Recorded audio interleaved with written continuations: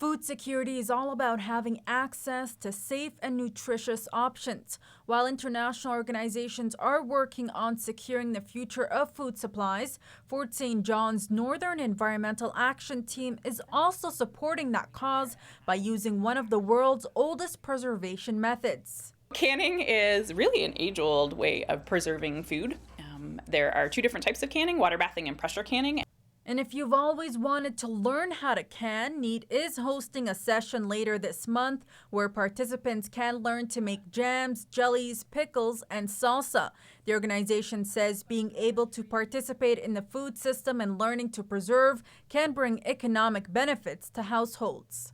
If you're able to access that network of food that's available, you actually have created staples that can last you well into the school year for free. The physical, social, and economic access to food has become more challenging for communities, and that is apparent in the annual increase of food bank customers in the Peace region. Fair number of people in our community that are food at risk, what we would call, and those include seniors, but there's also a section of people that work in the resource sector that may be struggling to pay mortgages that would have been no problem when the oil and gas was at a much higher rate on the stock market than it is now.